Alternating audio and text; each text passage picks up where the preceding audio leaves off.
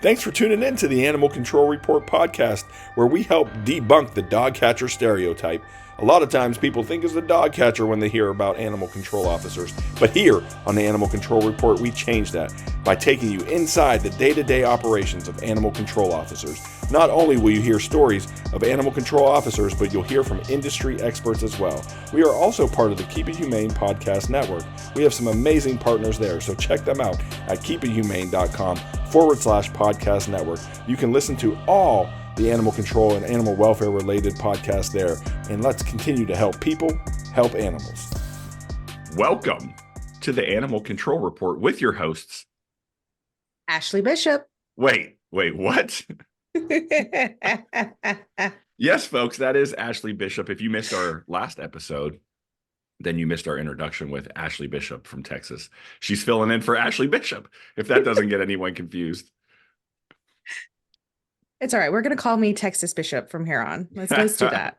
Texas Bishop. Yeah. So just for our listeners, remember to check out our website, keepithumane.com. Check out our podcast network, keepithumane.com/podcast network. Also, check out livetrap.com for awesome stuff. Tomahawk Live Trap. They have some great things going on. I've really been talking about their bite sticks recently. Normal Bishop, I don't know how I say this, OG Bishop, was talking about how she bought Rescue there recently, and you can use discount code Keep It Humane for 10% off your order at livetrap.com. So check that out. Check out our socials, the Animal Control Report on Facebook, also on Instagram, and that TikTok. We have some stuff, but I don't do a lot with it because I'm tired and I'm old. So I need young people to help with that. On another note with Live Trap, they were awesome during the COVID pandemic. That's where we were getting all of our rescue because it was so hard to get anywhere else. Oh, that's good to know. Shouts out to them. It was awesome. That is awesome. That's good stuff. How are things in Texas, Bishop? They're good. The weather's been a little funky still. It keeps getting cold and rainy and then hot and cold, rainy, hot. So, we've been very busy. My agency's been incredibly busy. Lots of bite cases coming in. So, we've been staying busy. Understood. It's that time of the year. We start getting those bat calls. We start getting just all the elements of like life is starting to kind of come back into full swing. So it gets a little crazy for us out there in the field. So cool. Well, we have a fun one today. I'm really excited to talk about this case. We're gonna do a little bit of a case study about this dog named Jake, and we have a forensic veterinarian, Dr. Wolf, on with us today, and so she's going to help break some of that down. Dr. Wolf, why don't you introduce yourself and just let our listeners know a little bit about you, how you got into this profession, and what you do now. Sure. Hi, I'm Jennifer Wolf. I'm a veterinarian, graduated a long time ago from the University of Florida. And wait, really quick, did you work with Dr. Jason Bird down there? I have worked with Dr. Bird. He is in charge of the graduate program in veterinary forensics. Yes, he is a forensic entomologist. And he and I have worked together a couple of times because I used to teach in the program for the University of Florida's veterinary forensics program after I finished getting my own master's degree there. Sorry to sidetrack us. He's just I love that guy. He's so interesting and always has some great stories. So shout out Dr. Bird. Yes, he is very interesting, and he has a lot of human and animal experience, which kind of threw me the first time I saw one of his lectures at a veterinary conference, and he put up humans. And we're all going, wait a minute, we do vet stuff. We don't do human stuff. What is this? But anyway, at this point, I do a couple of different jobs. I work for a veterinary information network, doing a couple of different things for them, but part of it is as a topic specialist in veterinary forensics. So I answer questions on the message boards from other veterinarians about cases where they're concerned about animal abuse. And I also put together reference material, journal articles, this kind of stuff, so that the veterinary community, who are all members of VIN, can access materials to help out with their own cases and their own research. And then my moonlighting job is my own business, Wolf Veterinary Forensics Consulting, where I do education, consultation, and sometimes investigation of animal abuse cases, and also do some relief work for local shelters. That's amazing. Dr. Wolf, what kind of got you into the forensic aspect of veterinary medicine? I fell into it. Okay. I was I was working at an animal shelter, had finished doing spay neuters that morning, was going to take a lunch break, and my executive director said, "Hey, can you come with us into the field? We need to do a triage. We think we're taking in about 25 to 50 fighting dogs." And I said, "Okay, I can go with you and I can certainly do triage. I know nothing about the criminal aspects, the legal aspects. They didn't teach us any of that in veterinary school." Mhm. And she said, "No problem. I'll tell you everything you need to know in the car on the drive over." Needless to say, I didn't learn everything I needed to know in the car. So we got to the scene. It was the most eye-opening thing I had been through at that point in veterinary medicine, as far as I was concerned. It was a dogfighting rink in the middle of a large metropolitan city. It involved 33 dogs total. They were located in a garage off of the guy's house. They were in crates stacked 3 on top of each other. No food, no water, just the crates. The dog didn't have enough room to lie down. Wow. So we took in 33 dogs that day, and I ended up later on having to testify in that case. So it was kind of a crime scene to courtroom, baptism by fire. So that's what got me interested in forensics, because I didn't know anything about it and I knew I needed to learn a lot more. So that kind of motivated you to say, wait a second, I have the opportunity to educate myself more on this type of stuff, and I'm going to do that. Absolutely. Yeah. So I started just reading anything I could find. I think it was about 2 years later that the University of Florida started their forensics program. So I was amongst the first 40 some odd students in the program. Went through to get my graduate certificate first, and then stayed on to get my master's degree and stayed on to continue teaching. Can we back up a little bit to the Veterinary Sure. Information Board? Is that what you called it? Veterinary Information Network. Network. Okay. And so is this open to like all veterinarians throughout the country? What does that look like? It is a website, online, international membership. We are available to any veterinarian who would like to get membership. They can sign up for it. And then there's also some access available to staff members of veterinary hospitals. Different levels of access depending on what it is that the person does. The part for the veterinarians is mostly message boards where veterinarians can post cases to get advice from colleagues, whether they are general practice colleagues, or we have a lot of specialists who work with us and do consultations. So cardiologists, surgeons, ophthalmologists, dermatologists, and so on.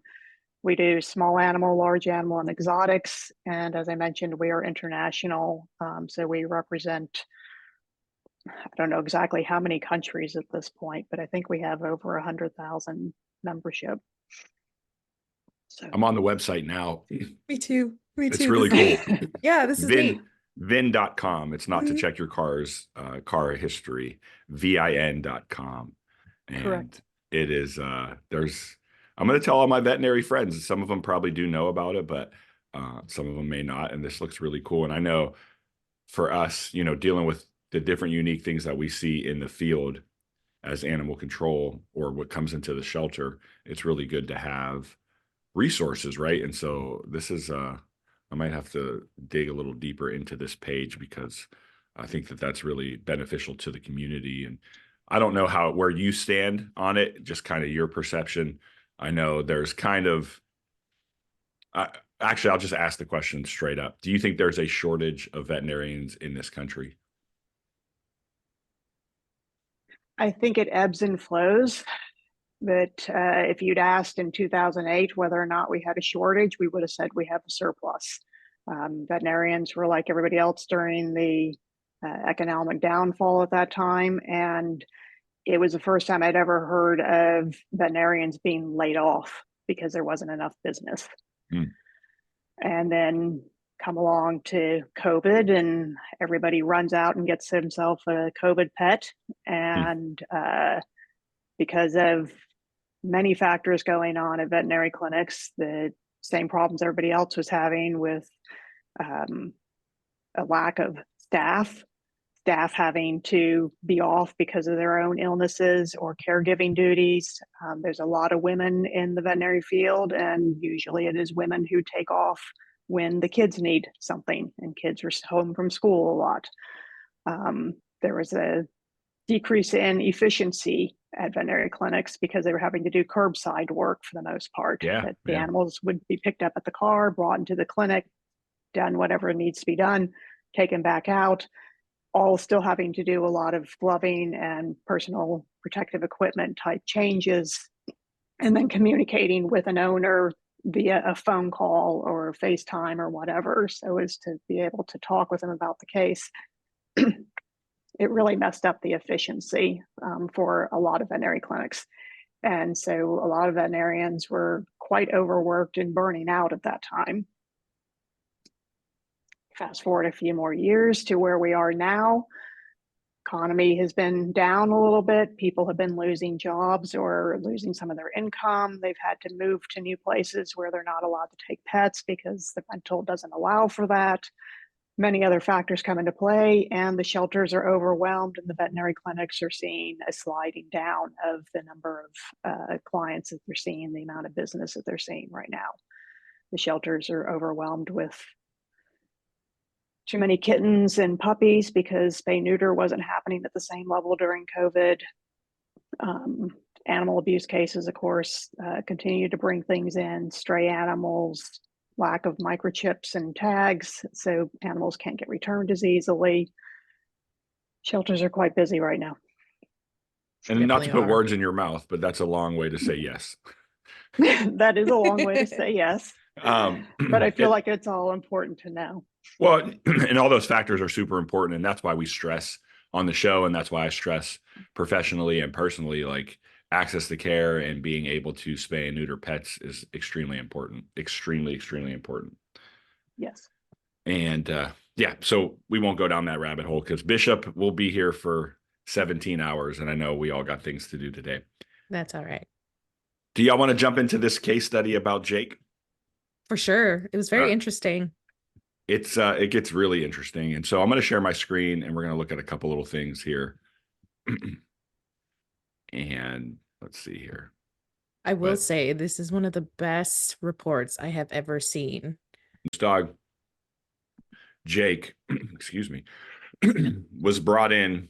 Well, he was actually adopted from the shelter on, it was May 15th, I believe, of 2020. Wow. So he was, I'm sorry. Yeah, May 15th. He was a Australian Shepherd type dog, red merle in white. He was about just under 2 years. He was 1 year, 10 months ish is what we aged him at. And he was adopted by a dude named Ben Hatfield. Ben Hatfield lived in the city and county of Denver. Younger guy, probably, I can find out his exact age, but probably at the time of adoption in his mid-20s, maybe upper 20s. And the adoption contract, there was no red flags. There was nothing that jumped out to our adoption council team. They adopted the dog. The one thing that was really interesting, though, was that they really, the front desk, the adoption team really had, and I don't want to use the word attachment, but had a connection with Jake. They really liked this dog. They often would bring him up front, and he would hang out in the back area. Like there's a like you'd have the front desk and then there's like a vestibule, I guess you would call it. And he would sometimes hang out there. So like they knew him. And he was just an overall good dog. So what ended up happening, if you fast forward to September 11th of 2020,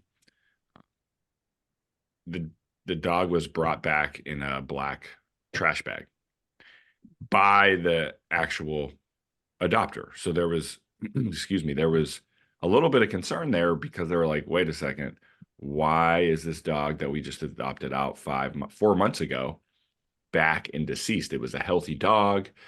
There were no issues that we knew about it, and we were really concerned that like something bad happened. What's the sad part is there wasn't a protocol in place to look at deceased animals when they came into the animal shelter. So I'm not sure how many of these type of cases we missed. It just so happened that Jake, because he was a familiar dog to us, is why we decided to open the bag and take a look. And so what happened at that point is one of the front desk attendants said, well, this is weird. Like, this was Jake. Let's see what's going on. So she opens the bag. Let me see if I can put this in the chat for you to see, actually. And sure enough, the first thing that they notice is Jake's muzzle is like wrapped shut, muzzle wrapped so tight. I mean, and when I say so tight, these videos that you'll see on the video on YouTube or on Spotify, it's alarming, and you can see this one in the chat. I just threw it in there.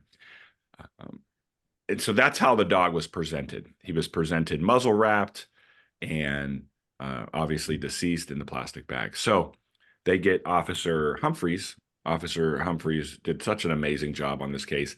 And she, for whatever reason, man, she gets the worst cases. I don't know, Bishop, I don't know if you have officers like that down there in Texas, that they tend to get the worst cases ever. Yes, all the time. We actually are just dealing with something on Friday, and it's like always one particular officer. Always. Always. And Humphreys, she rocks it. She rocks it out. I know that she's like, she's an all-star when it comes to that stuff. And like, unfortunately, she was the first one to have to deal with this case. And so they take him out of the bag. They're examining him. They see some maybe like abrasions and some other things to the body under his arm. I'm going to put this in the chat because I want Dr. Wolf to see this too. Under his arm, there's a pretty significant abrasion, which made me think that, okay, was there something like tied to him? And there's a blue, and I don't know if you use these, Bishop, in your shelter, but those blue nylon braided leashes. Yep. Very common in animal shelters. There's one on him as well around his neck, but it's not all there. Like it seems like it was either cut or chewed or something of that nature, right? So there looked to have been a struggle as well. And so Humphreys grabs me, and unbeknownst to me, and this is my fault. So I just want to apologize publicly. I really do, because when I get cases like these, or when I used to work the field, like I think my adrenaline just gets going and I just don't stop. Like I'm just like, let's get this motherfucker. Like there's no stop until we do. I'm the same. I'm the exact same. But what I screwed up with is Jenna, Officer Humphreys, was like, dude, I would like for you to guide me. Like she wanted to do the whole thing, and I screwed up and I just took over. So it's a really cool story of how we like tracked him down and all that stuff. And so we go to his property, which is in the city and county of Denver, and he's not there. There's no answer. And we're like, well, we don't want to tip him off or anything and try calling the phone numbers we have. So I don't know, Bishop, do you ever use True People Search? Yes. Yeah. So True People Search is like a free website that you can just put in a name and I think it's got about a 60% accuracy rate somewhere in there. So we did that, and we got an alternative address for this dude because his name's not like super common. So we get this alternative address, and we're like, we're just going to go. So we show up, she and I show up, knock on a door, and it was like his aunt. It was his grandmother's house, but his aunt was there and he was there too. And when I describe him, so first we asked the aunt if he was there. And she's like, yeah, what's going on? And then we talked to the grandma. And so we get him, he's there. Officer Humphreys talks to the grandma and the aunt separately, and I talked to him separately. And just to give you context, like his body language and his demeanor, he was so monotone and so like completely like, I'm trying to portray him here on the video.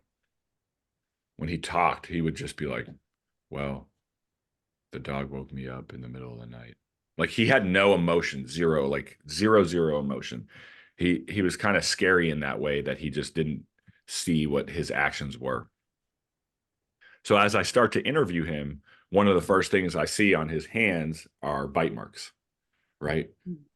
Which are pretty apparent that some sort of altercation happened between him and the dog. And Bishop, I don't know about you, but when you get these cases and people just start to tell you everything, you're just like, this is golden. Like, Yeah. tell me more. Yeah, and you just kind of let them talk. And, I have to say, my assistant supervisor is so good at this because she's been doing this forever, 17 years working with PD. I mean, she is so good at it, so good at it. Yeah. Yeah. And so he just starts telling me the whole story. Now, this is probably 36 hours from the incident, 24 to 30. It's probably 36 hours. And I wish I had an audio recording to this case. I thought I did, but must have been left on my work phone or work documents or whatever, and I just don't have it. But as I start to ask him questions, Ben starts to say, well, and I just ask him general questions. How have things been going with Jake? Like, you've only had him for a few months. And he would talk about like Jake was pretty hyper and he would try to exercise him. Now, granted, you have to go back to the type of dog this is, right? Mhm. This is a working breed that has a lot of energy. So Mhm. exercise, enrichment, all those are necessary factors to try to maintain quality of life, in my opinion, for a breed like that. If you live in a small apartment, which he did, and don't do much with the dog's going to get bored and maybe destructive. Correct. So he starts telling the story of that night of the incident. And he claims that it was around midnight and he woke up to poop on the bed, that Jake defecated on the bed, which I don't know, man. For a bigger dog, like a larger dog, that just seems odd. Doc, I want to bring you in from behavioral aspects. Do dogs, do you know of dogs that poop on the bed? Yes, but I'm right now thinking of animal hoarding cases. Mhm. Yeah, So yeah, yeah, they absolutely. certainly can, particularly if they're having like diarrhea or something where it's an accident and not intentional. But I agree with a larger dog that if it were to defecate in the house, I would expect it on the floor. And that's what really threw me off. And I as I discussed this case and as I looked at facts, I was like, was there a bestiality, a sexual component to this that we missed? And I don't know. And I don't think anything was saw on the necropsy that indicated that. But that just makes me think like what was going on that there would be potential defecation on the bed, etc. Because he was just weird like that. He just gave you that vibe that like anything was possible in the world of animal cruelty with this dude. So he says that the dog defecated on the bed. He then shoved the dog's nose in it because that's what everybody that's uneducated about behavior with dogs that does. And the dog defended itself, and then that's where he got the bites on his hands.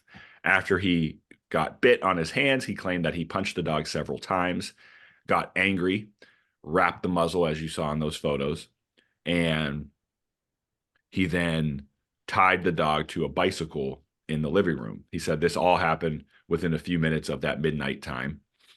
And then when he woke up the next morning around 6 a.m., the dog was deceased. He then didn't know what to do, put the dog in a trash bag. Maybe he just had I don't know if you can use moral compass, or maybe he knew the dog was microchipped, but he threw the dog actually in one of the communal dumpsters right behind his apartment first. And then he was like, I don't want to do that. So then he calls grandma and says, hey, I would really like to take this dog to get cremated and get the ashes back. So he brings it to the shelter, the Denver shelter, and that's when we find out about the case. So he did request the ashes. I asked my supervisor if I could just put charcoal ashes in a box and give them back to him, but he said no.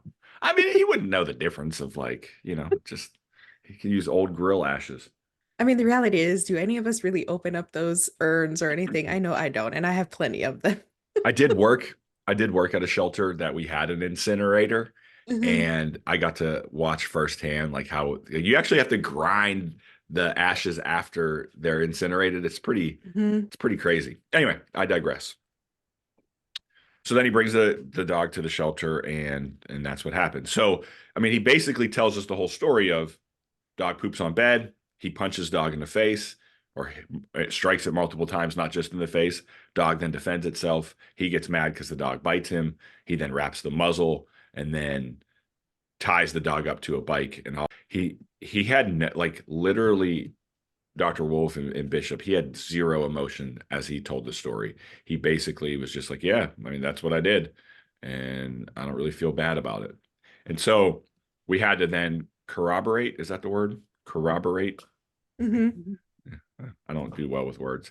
Corroborate his story by sending it up to Colorado State University, who does most of our, or when I was there, most of our necropsies.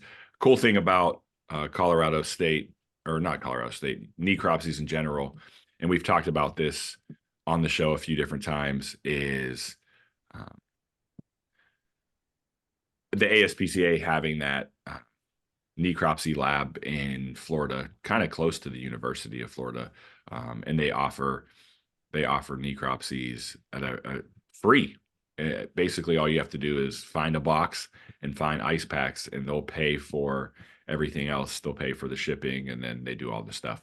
And so, but we used CSU for this one, and they did an amazing job. And just wanted to bring Dr. Wolf in, and we can talk about the necropsy. Now, Dan, when he dropped off the dog, did he say anything, or did any of the staff notice the dog bites on his hand or anything? No, but on the form, I'm glad you mentioned that. So on the relinquishment form, Mhm. there is a part where you actually put, did the dog bite in the past 10 days? And he did. He said yes. The dude did not lie. He did not lie. He said yes. Interesting. I'm wondering why he wanted the ashes back, given that he doesn't seem to have an emotional attachment to the dog. Isn't that wild? Right? When we understand the psyche of animal cruelty and the sociopath behavior, because that dude is in my opinion, a clear sociopath. Like, just based on what I saw. And now obviously I can't like diagnose him, but just based on the energy and the way that he responded to certain things, um, may, serial killers collect things from all their victims. So maybe this is victim one. I don't know. Mm-hmm. He was born in 93, by the way, if you want to age him. So that makes him right around 30, 31. Right. So at the time, 2020, he was in his late 20s. Mm-hmm. Interesting. I find it interesting that you're describing his personality. I feel like a lot of the cases that we dealt with in my area of the state, I want to say 80% of the people are kind of the same way. Very monotone about the whole situation, just no emotion whatsoever. Rarely do we ever find a case where we find somebody who is very emotional about what happened after they tell us the truth, or we find out the truth and we connect the dots. Do I find them very emotional about everything that happened? Yeah, it's true. All right, Dr. Wolf, I'm going to bring you in. And for our listeners, the necropsy report, I'm going to actually pull that up so I can take a look at it while we're basically on the same page. No pun intended. Me and my bad jokes. So the necropsy was performed at CSU, and that was done on the final report. This is the final, I believe, was done. So it was received on the 11th of September. Oh, actually, let me back up. Before we even get into that. So he was fully admitted everything. He fully like told us the whole story, but wouldn't let us in his apartment. He's like, nah, bro, you can't come in. Now, granted, he wasn't there at the time. He was at his grandma's house with his aunt. But he was like, nah, I'm not letting y'all in. And I was like, well, that's dumb. Now, Bishop, like, and for the case purposes, do we need to go into the apartment? For us, it's iffy. I would say yes. So you can find where the animal was actually at. But, for us here, sometimes it's a matter of whether or not we want to push to go beyond reasonable doubt at that point in time. If we already have enough on our end. So, yes. I mean, I think we had enough. I do. Yeah. I really do. I will say that this is what happens is I go overboard. I'm like, I need to do more. And the reason being is the jury, if necessary, needs to see the crime scene, right? Right. And in order to do that, we needed to get a search warrant. And who knows what else? There could have been 7 other animals tied up in his house. You don't know, right? You just don't know, especially with a weirdo like that. And so he wouldn't allow us in the apartment, which is just, it seems so weird. He told us everything, but then he was like, nah, you can't go into my space. So obviously we had enough for a search warrant at that time. And we got to work with the local police department because of it being a potential felony. We didn't charge felonies. That all went through the police department. And I don't even think they can charge misdemeanors. That probably goes through the police department as well. They can only charge city violations, and this was more than a city violation. Though there is an animal cruelty component on a city ticket, it's just this level rises to the level of felony. So we work with the detective, and this all happens within like a 3-hour span. Go interview him, like go collect all of our evidence, I wrote up a supplemental report, sent that to a detective. They tweak it a little bit, and then they get the search warrant in that case. So we go in. The apartment was actually pretty organized and clean for the most part. Walk around the apartment, see the bicycle where he tied the dog to. It's hung on the wall. And then go into the bedroom. There is no smell of feces. There is no stain of feces. There is no evidence of feces whatsoever. The weird thing that stood out to me is the bath was kind of wet, but the dog didn't seem wet when we got it, but the bathtub was wet. Now, Denver is a high desert, and there's like 4% humidity there. So it's just super duper dry all the time. So if he did bathe the dog, it is plausible that the dog dried within that 36-hour time frame. But that's just that component of the bath being wet and there being like dog fur in the drain just didn't sit right with me, but I didn't have anything else to go off of. So then, we went in the apartment, documented it, took photos, took a couple samples of things. There was a little bit of blood on the floor right by the bicycle. Not a lot of blood, but it was there. So we collected all that stuff and then sent it up for necropsy. It was delivered the same day. So they got it on the 11th, it looks like. And then we got the final report 2 weeks later. Was there anything left on the bicycle, Dan? Like any fibers or anything? There was saliva, and you can see that in all the photos. Bishop, you're just going to have to go back and watch and look at all the photos. Okay, for sure. But no, in all seriousness, there was like saliva on one of the bike tires. There was some hair. And I want to say, I don't recall if the part of the leash was still on the bike. I don't think it was, but it was over in another section of the room or the dining room just off the living room. So yeah, there was some evidence that the dog was tied up to that bike. It all matched. Dr. Wolf, you ready to break this necropsy down? I'm ready to talk about it. I do have a question since you mentioned that there was blood at the scene. Yeah. Did you figure out whether or not it was from the dog or from the owner? Yeah, so wonderful question. Now, in all my time there and training and experience there, we had no mechanism to have blood tested. And that was frustrating just because of the potential connections in a lot of the crimes that we dealt with. We just had no mechanism to collect it and or send it for testing. For human or animal? Yeah. Not well, let me rephrase this.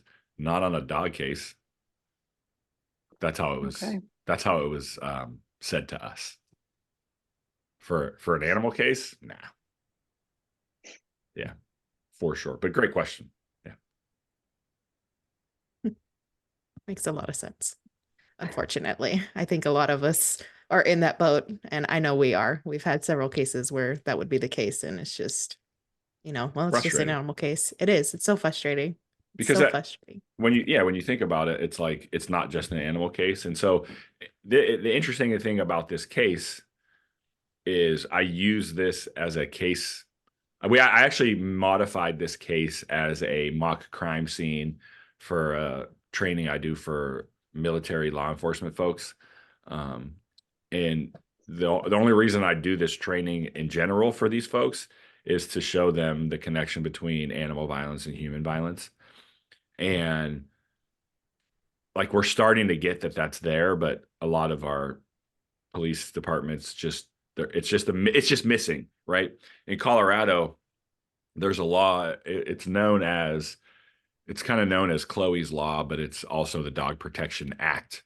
And it's required that law enforcement officers take 3 hours of training to understand dog behavior and body language so they don't shoot and kill dogs, right?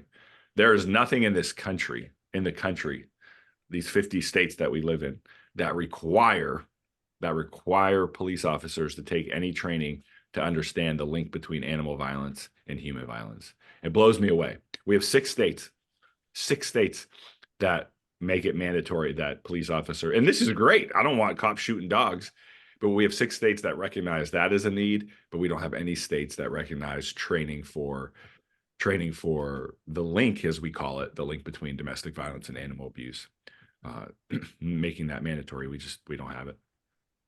Yeah, I was talking to one of our county ACOs, and he was saying the same thing. He is in charge of livestock unit, but they don't know anything about CEs in our industry. They don't know what to take or what's going to be beneficial. They don't really need it because they're TCOL certified. So why take it when you're already certified in that? It's just it's amazing. It's amazing.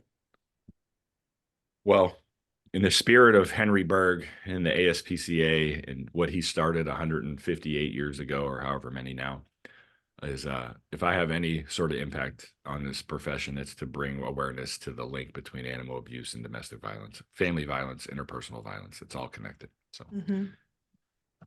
Doc, do you think in the necropsy report, should we talk about the gross necropsy findings? Where should we start?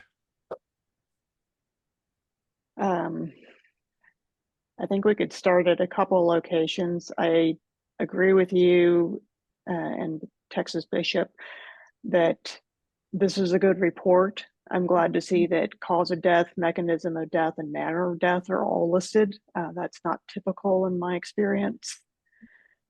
Manner of death is a little bit of a controversy because we don't have anything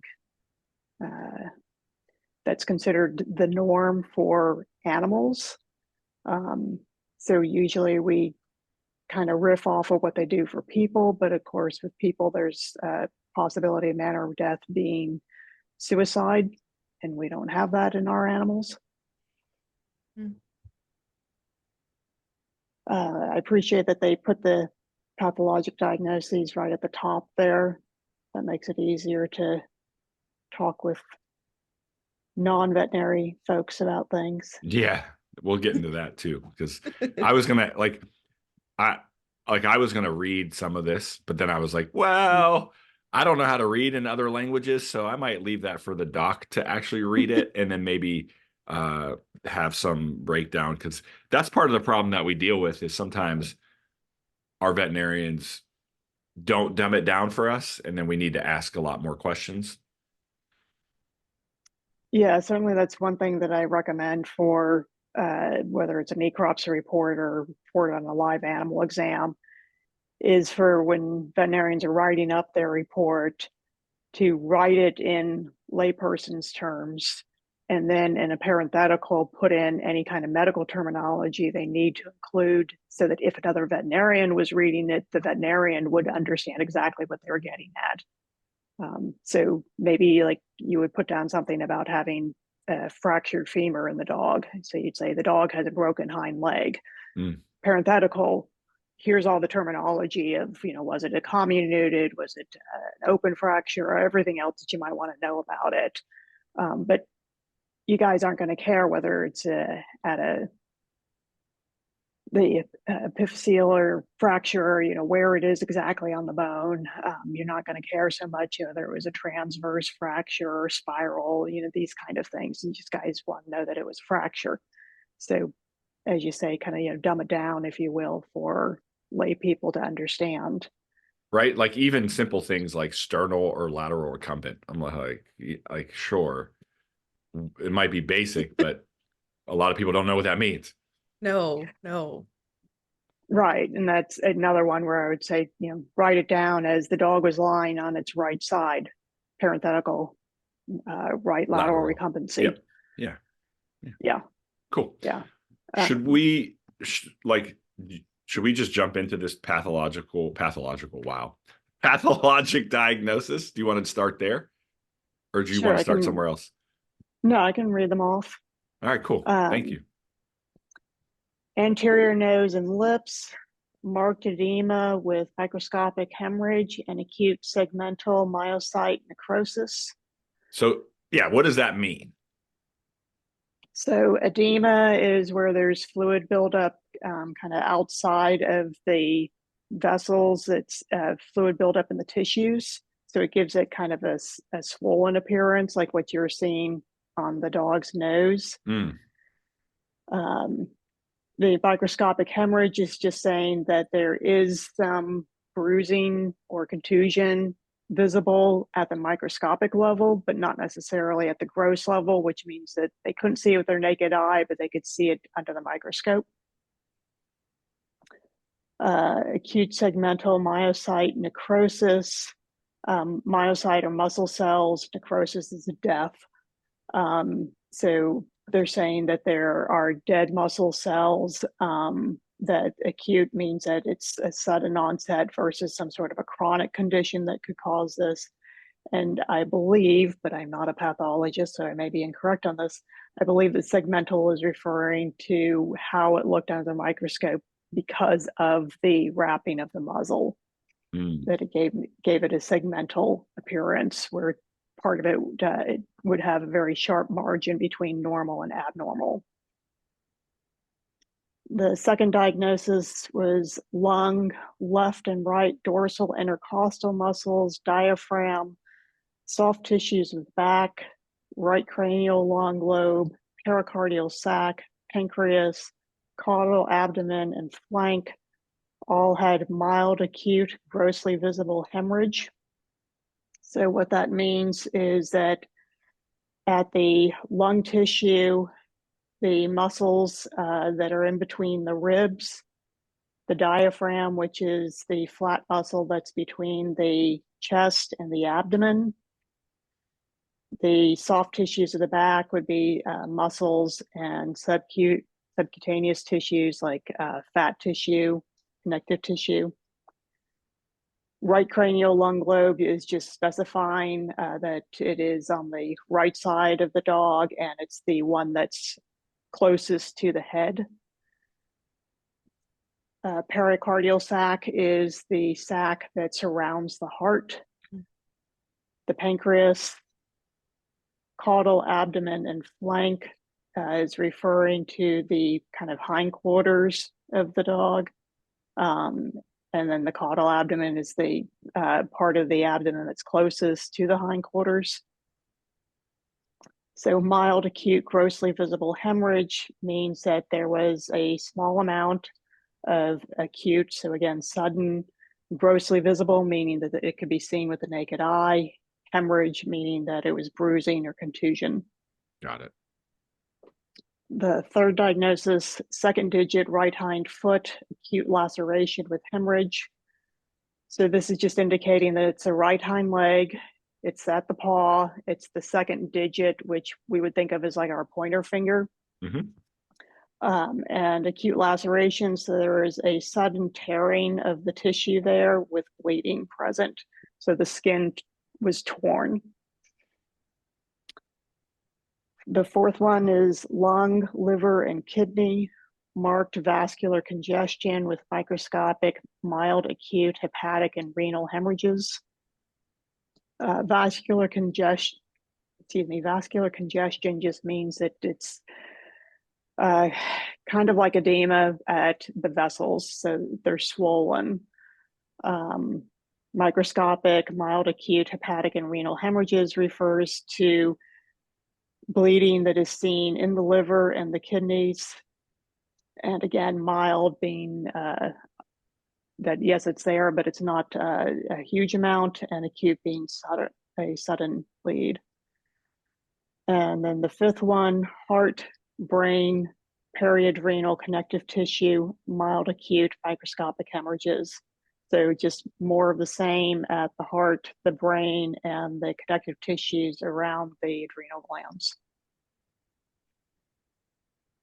So So Dr. there's Wolf, all that. Yes. yeah, no, so like on a case like this, you know, how important is it for the pathologist or the agency who's taking care of the necropsy to really do a thorough explanation on maybe the difference between, you know, asphyxiation like we have in this case or like heartworm disease? And I bring this up just because we've had a case like that where we know for sure that the dog was asphyxiated by hanging on a fence, but the end diagnosis was heartworm disease. The animal died of heartworm disease.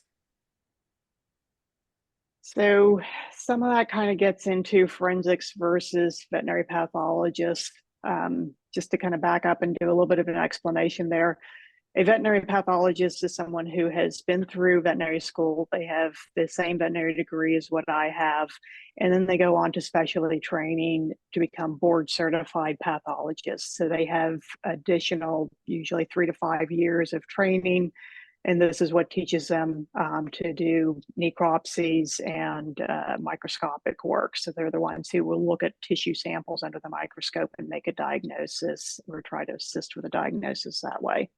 So fun, There's though.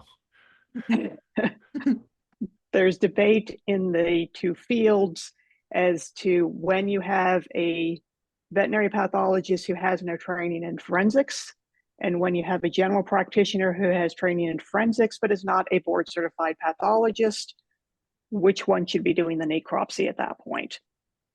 And if you can get somebody who has both the board certification pathology and training in forensics, hallelujah, that's your best bet. There's not a lot of pathologists out there who have that, though. So it gets to be a little bit challenging. If in the case you were mentioning with the asphyxiation, by having the collar caught on the fence and the dog has heartworm disease, depending on what is being seen on the necropsy, if it's appearing that the dog died from asphyxiation, which is one of those diagnoses you have to back yourself up into by ruling out everything else, but it's not something that you can look at on the necropsy and go, oh, I have this sign, therefore I know the dog died from asphyxiation. If you think that it's asphyxiation and the dog has heartworm disease, then the hard part can become, did the asphyxiation kill the dog or did the heartworm disease kill the dog? How advanced is the heartworm disease is be my biggest question. Is that if it's an early part of the disease, it's like, no, that dog is heartworm positive. It does have diarrhea, the technical name for it. It doesn't mean the dog died from that, though. And that's what we have to be considering, is that did the dog actually die from that? And then cause of death can also be a little bit tricky to look at because it's not necessarily what happened in the immediate. It could be something that was set off a long time ago. So like a dog that may have been shot a year ago, that projectile was left inside, somehow it got dislodged into a vessel, traveled through the body and caused a fatal embolism in the lungs. Well, the embolism is what actually killed the dog in that moment, but it was all started from being shot. So cause of death was gunshot wound leading to a pulmonary embolism. So this is where it can get complicated to look at all of that and try and figure out which came first, which one killed the animal. Was that too much explanation, or does that make sense? No, that makes No, absolute sense. yeah, that was pretty cool actually, because that's not something I would have ever thought about, Bishop. So thank you for bringing that up. And it's so fun to just be able to call you Bishop because it's just in my natural flow of stuff. For those, if you're listening for your first time, our normal co-host is Ashley Bishop. Our fill-in co-host is Ashley Bishop. You can't make this up. Back to the necropsy. Do we want to should we read where do you want to go next? This is your world, Doc. So I'm going to let you kind of just pick where we go next and kind of how we finalize everything here. Well, two questions that I wanted to ask when I was looking over the report. One is that it looks like as though the dog was sent in with all the ropes and the makeshift muzzle and so forth in place. Is that accurate? It is. Okay, good. I want to commend those who did it that way, because that is one problem that I'll see, is that those who see the body first remove things, throw them away, otherwise take them off and dispose of them, or don't tell me about them in the first place. And that's a problem when you're doing the necropsy. If there's an IV catheter in place, if there's a muzzle on, if there's a collar, whatever it is, leave it and let the pathologist or whomever is doing your necropsy have that material, remove it. They can collect it for evidence if they have it with them. It just helps to figure out what's going on when you've got all that with you. Did they take any photos? They did. There's some pretty, as I would say, gnarly photos. Just because, again, I'm not trained in this world, and so seeing some of like let's see, I'll just put one in the chat that I think is, so they labeled everything. They start their photos with the muzzle on, and then here's a photo right here with the muzzle off. So after they removed the muzzle, they took a photo with the identifying markers. They had numbers associated with the date and their number, their unique ID number. And then there's internal things like this. Looks like, I don't know if that's the liver or spleen or what. I'm sending you a very dark, maybe bruising inside the body. I don't know, because again, this is not my world. And they even go as far as taking the brain out, which I'm going to send to you right now. Is that a liver, Dr. Wolf? It looks like as though you guys are in the thoracic cavity. We have the heart and lungs. Diaphragm is off to the right. Oh, liver's right there. Okay. And y'all wonder why I'm vegan. I'm just saying. Looking at that stuff, I'm like, I'll pass. I honestly don't know if I've ever gotten pictures this detailed before in a necropsy. They're really cool, and they'll be here on the YouTube version. So yeah, I commend the pathologist who did this, because I don't usually see a lot of photos, if any, when I'm looking at one's necropsies that have been done by others. But it's great that they had the muzzle still in place. They took it off, took before and after photos. That's fabulous. Really great to see. Kudos to CSU. Yes.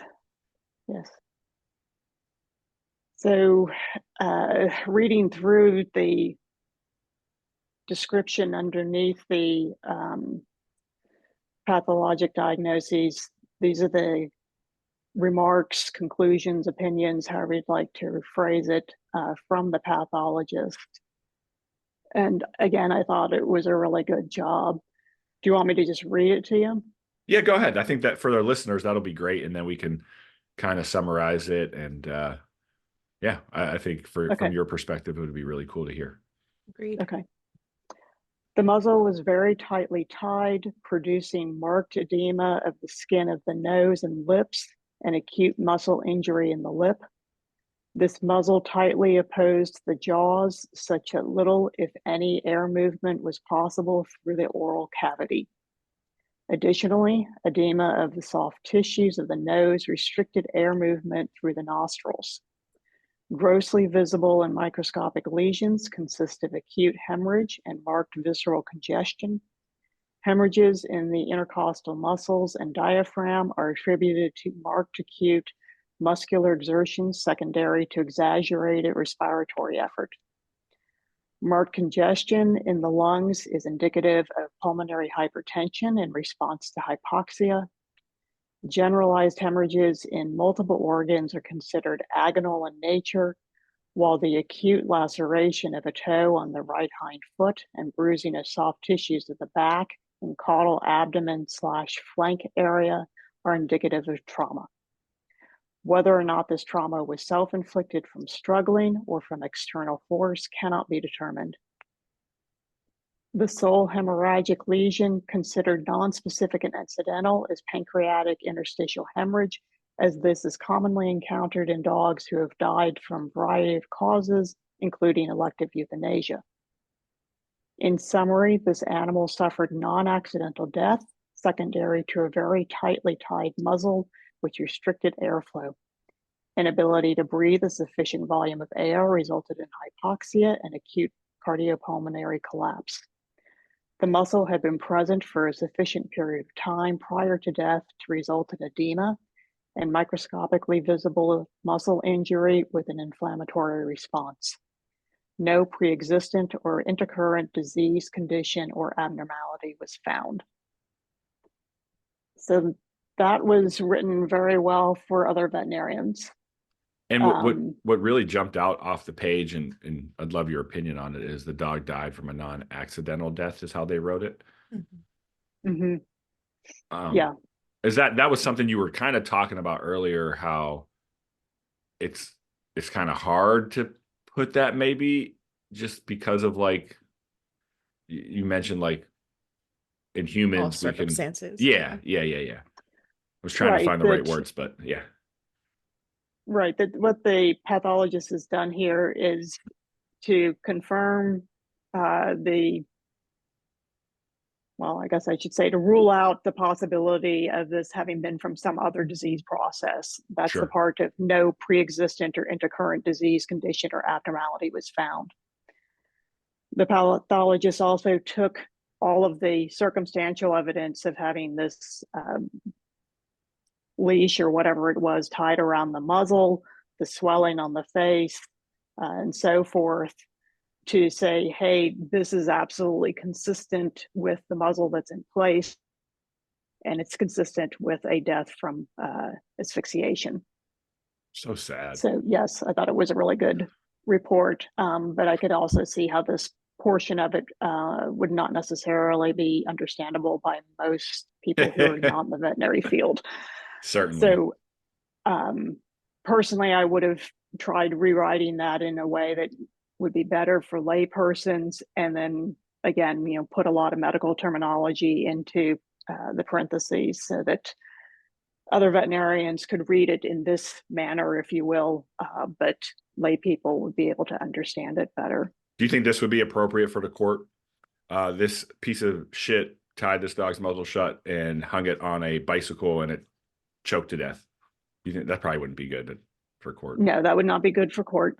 That would be inflammatory, to say the least. That's just how I'm feeling, okay, Doc? Nobody needs to be in our heads when we go to court, Dan. You and I both very much know. I'm sure Dr. Wolf does as well. I know. I'm just saying just how I feel. Thank you so much for joining us today and just giving that insight from a perspective that is different than ours in the field. That is super, I think, I don't want to speak for anybody, but I think it was super informative and super just neat to hear from more of the scientific background than my inflammatory terms. So you're welcome. Thank you for having me. I agree with your wanting to phrase it that way, but yes, I would have just simply said that the dog died from a lack of air secondary to the tied muzzle. Yeah. And that's the right approach, 100%. Is there, so VIN.com, right? So is your contact information there? If people want to get a hold of you, what's the best way if someone's like, oh, I want to run something by you, or how does that work? My contact information is not on VIN. The website for VIN is VIN.com. The website for my business is WVFCINC.com. It stands for Wolf Veterinary Forensics Consulting Incorporated.com. And before you go, what is your favorite animal? Cats. Oh, you know, it's so cool. And I love this with Zoom because you can blur your background and then your cat will be there like popped up. and then it just pops. Yeah. It's just like, but I don't think I honestly don't think that's just because of Zoom. I think cats can just do that. There's like, I disappear and I reappear. They're amazing. I love cats. Cool.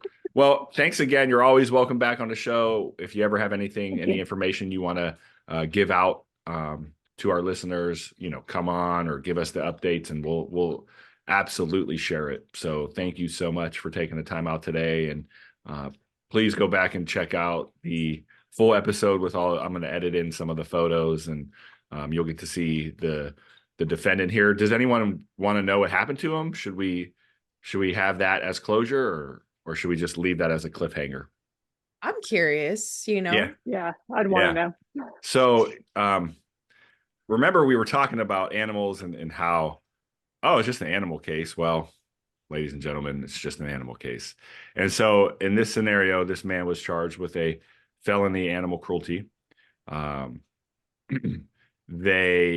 see, did they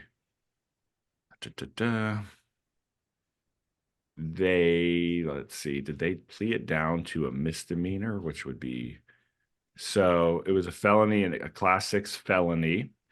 189-202 is the statute in Colorado. He took a plea of guilty. He got a deferred sentence. He had 2 days time served in jail. The case was then, or the charge was then dismissed because in Colorado, if you take a deferred sentence and then you complete all of your required probation, then that charge goes away, which is just absolutely asinine to me. So he basically ended up, so what they did as I looked through the form here, and this will be there in the on the YouTube as well. The main charge, they pled it down. So it was initially charged as a felony. They pled it down to a misdemeanor, animal cruelty. So the difference between felony and misdemeanor in Colorado is aggravated animal cruelty. So I guess they were able to determine that wasn't aggravated, which I don't know why. The comments by the judge was the defendant was to undergo mental health evaluation and treatment, is not allowed to own animals at that time until it is determined by probation. And that was pretty much it. So was his record wiped clean at the end of all that as well? It is. That's how that works with a deferred judgment. The deferred. Yep. Mm-hmm.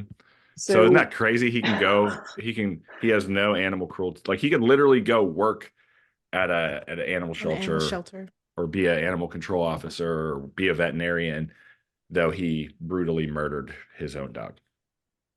Well, I'm thinking also that it wipes away any kind of a record should he show signs of violence towards people, showing that the link is there and that it's moving forward. I mean, I know they don't all graduate using the graduate hypothesis, but sure, it'd be something that should be useful later in court 100% were needed. So I love that perspective. And so what sucks is like So the FBI, and I know people probably are like, this is a long episode, but we need to talk about this really quick. The FBI was collecting animal cruelty data, but the problem with that is you have to be a law enforcement agency in order to get that information into the NIBRS database. And the majority of our animal control agencies throughout the country fall either under humane societies or public health or just municipal government and not law enforcement. And so they're only capturing 25%, maybe 30, 40%, if they're even giving that data. And so if I wasn't so stretched thin, one project that I would love to work on is collecting all this data and having a central database for, oh, you tell him, boy, for animal cruelty, because we need to track it. Agreed. Yeah. Do you follow up with these kind of cases, Dan? Like, it's done in the courts and all that stuff. Do you follow up with these people just to check in, or is it just kind of a one and done and here we go? I did Google him so we could see where he works, but that's a different episode. So I don't want to, I don't want to do anything I shouldn't say. But I'll just say that the reality being is no, and I should do more of that. But yeah, and I also don't work in that town anymore, so it's hard for me to follow up. But if there was something like we just got a case where somebody was told they couldn't own animals, like we might follow up in that scenario. And there were no concerns for the aunt or for the grandmother? No, surprisingly, right? And when we told them why we were there, and I'm glad you brought that up, like they were a little like seemed surprised, like I guess he didn't tell them that he choked the dog to death basically, and by wrapping a muzzle and then tethering it to a bicycle. So when they found out that there was criminal action, they were concerned, but not like hysterical or anything of that nature. So, and they weren't being harmed themselves in any way then? Not that we could see. No, he didn't appear that. Now, who knows what that relationship was like behind closed doors, but Right. At that moment, no. Nope. All good things to think about, Dr. Wolf. Thank you. You're just we got a lot of cases going on right now, and I'm just thinking of all of that and I know, we putting could- perspective on my end. We could probably do hundreds of episodes just like this. For sure. And it's sad. It's sad. It is. It is. It is. It's unfortunate. Well, thanks again for joining us. Thanks for listening. Please check us out wherever you go on social media. Stuff's at Facebook, Instagram. I'll try to do better at Snapchat, and TikTok, but I'm only one person. It's hard. It's hard. Cool. Well, as we like to say on the episodes, thanks for listening. Let's continue to help people, help animals, and keep it humane.